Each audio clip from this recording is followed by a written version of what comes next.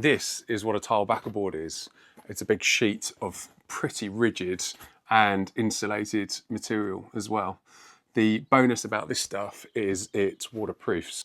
Now it's important you learn how to install this properly because it's not waterproof if you just throw it on the wall. These are washers that are stainless. You've got to use stainless screws. As well as that, we've got some waterproof tape. Got rather a lot of waterproof tape here, so you have to tape all of the joins and seams. If you don't just want to take my word for it, then you can head over to tilebackerboards.co.uk and you can look at their installation guides. So you can go straight to the source, see what they recommend for installing. And they've got some great helpful tips and tricks on there and all the advice you could need for different surfaces that you're fixing on. You've got different thicknesses. So I've got some 12mm. And that 12mm is going to use for the walls, where we're going to be tiling up on top of the bath and around the shower. And then I've got some 6mm boards as well. Obviously, these boards are going to be used in a different place. These are for the floor. I'm going to show you how to use these tile backer boards. You need to use a certain amount of screws per board, so I'm going to show you that as well. There's quite a bit to it, but if you stay tuned, I'll show you. It's not too difficult. You just got to follow the sequence. This stuff is going on these walls. It's going on this wall and this wall here. Now, the reason I've put OSB on this wall is to create a solid structure that I can screw this stuff into. The issue behind this OSB is that the substructure is made up of these tile bricks and they're rubbish for fixing into. I've managed to get some decent fixings into this, but the amount of fixings I need to get into each one of these boards, I wouldn't stand a chance. So OSB's fixed onto that wall. It's created a solid level wall. This stuff is just going to be able to screw straight onto it. So I'm in a good place for that. This wall was absolute garbage as well. It's all old cardboard filler wall. There was barely any uprights. One of the uprights on this side is completely rotten through. I can put my finger through it. So I've made a new structure inside this wall. And when I did it, I built it to the specifications of this board so that there's an overlap on these buttons going across the walls. So when I come to install these, I can get some good fixings upright and I can get some good fixings across as well. So that is that. We're going to get these on the wall. It's pretty simple to cut, pretty easy to play with, but I will show you the process. Bit of a technique to this, so stay tuned for the next few minutes. We'll show you all you need to know to get this done on a structure like this.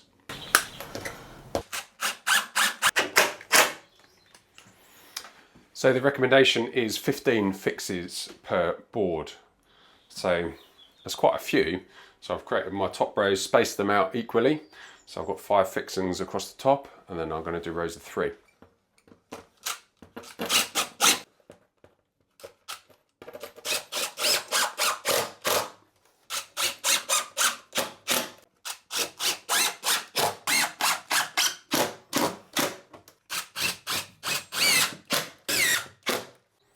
So what we're looking for is that the washer is slightly indented, it's pulled in. So there we go, that board absolutely flew in and that is rock solid. I have no worries tiling onto that. And that's only solid because of the work we put in beforehand. So now you can start to see what I've been saying on my videos. Preparation is key. What you do right at the start makes a difference to how we finish. So make sure you don't skip or rush this bit because this bit gets easier and then hopefully the tiles will be beautiful. That's the plan. So we're not done. It's not that simple. You can't just go mad with screws. There's some techniques to putting this stuff on that I'm going to teach you now. So the next thing we need to do is fill in that little space at the bottom. So we're going to cut the boards, and then when it comes to installing it, there's another step that we need to do before we just go ahead and screw it in. So watch that in just a sec. Okay, first thing we want to do is get the measurement upside down. Brilliant. 565 tight. And then we want to measure that, take that measurement onto the board.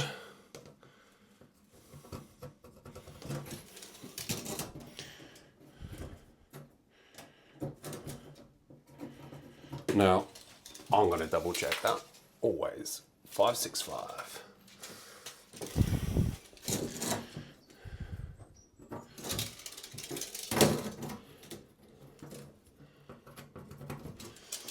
Okay, that's that transferred onto the board. Next thing we want to do is get a straight edge, line it up with the marks on the board if you can find them, and then just use a Stanley blade. And that's it. That's how we cut these boards.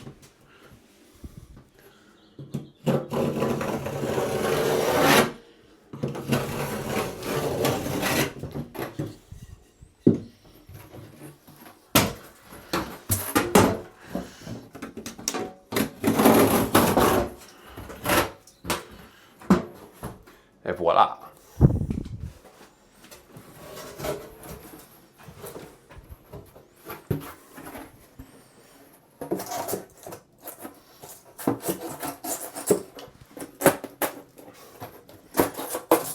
Then you have to tell yourself off for cutting it too tight. Don't. To be fair, it's just a bit of a rough edge.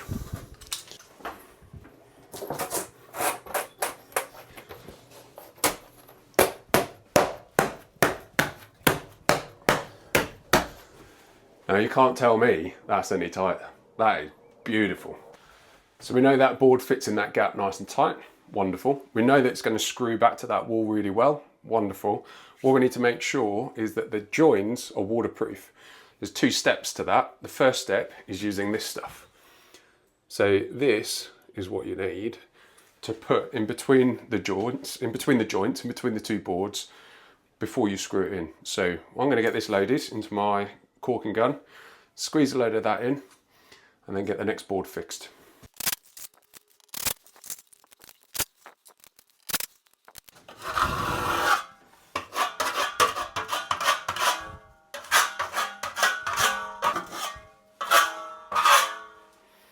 So there we go, that's glued and screwed. Next, it's important that we understand that we're not just going to follow the same template all the way up, we're going to do a bit of a staggered joint. So I'll show you that before I'm going to crack on. So it's important here that we understand that we're staggering the joint, we're overlapping with a full piece where there's a joint underneath. This adds strength and credibility to it, really. Another thing to remember is that you might have to scribe the edges. If your wall is leaning out at funny angles, you're going to have to cut it so that it matches nicely. Now I installed all this and I installed it square.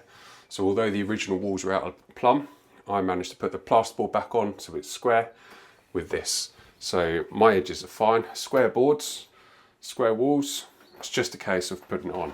So again, another strip of sealant all the way along there with the caulking gun, and then 15 screws on this board.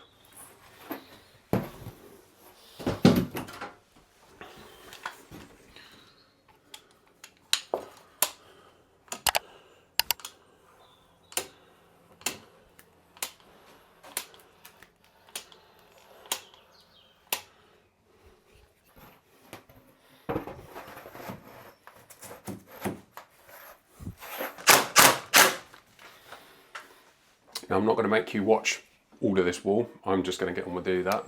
But so we're over at where all the water is now, all this end. You've got the taps, the shower and the overhead rain. So we need to cut this backer board around these pipes that are sticking out the wall, the tails for the mixer rail. Before I do that, the way this room, the dimensions are worked out to fit the bath in, I need 2 layers of backer board on here. So I'm just cutting some strips now that will sit across all of these battens, and then they'll be ready to receive the proper boards in just a minute. I'm just sticking the strips on with some fixal, pretty simple stuff. I don't need this one to be overly secure right now. So just put a bead on and stick it to the wall.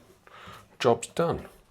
And then just going to do everything really. So I'll do that off camera, and then I'll come back and I'll show you how we sort these tails out. Right, the 2 copper tails for the thermostatic mixer shower bar thingy majiggy they're in the way. So we're going to have to cut this board around those. These tile backer boards, seal them up so it's waterproof. Again, I'll show you all of that in just a minute. First of all, let's mark it up.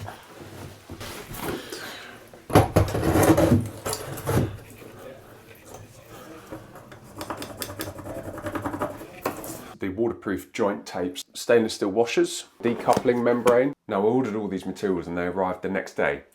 Not only did they arrive the next day, but they were undamaged, which is lovely.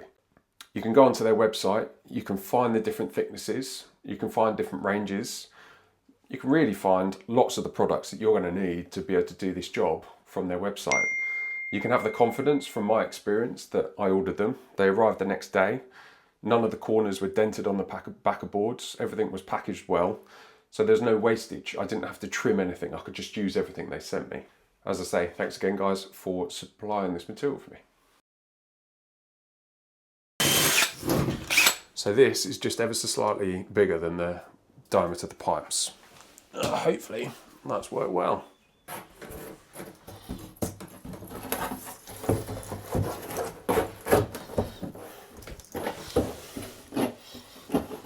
Beautiful. So that's touching all down that side, touching at the bottom, and I've got my buttons just in the right place to get my fixings on.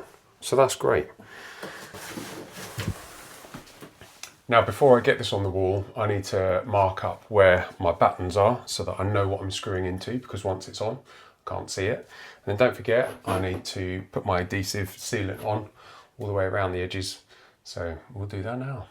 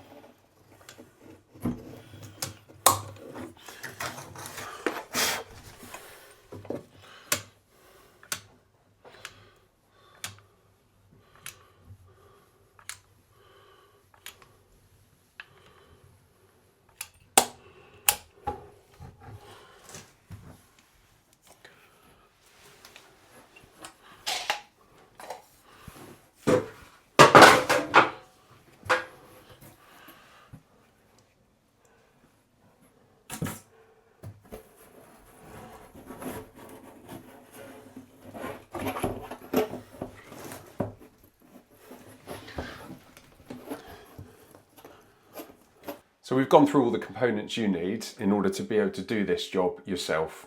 You now know how to install tile backer boards on walls like mine. The really important bit is this tanking, this blue stuff that you see across. If you want to learn how to do this, there's another short video on how to do the tanking. So this is now ready for tiling and installing all of the bath furniture and the shower, etc. So hopefully you've enjoyed the video.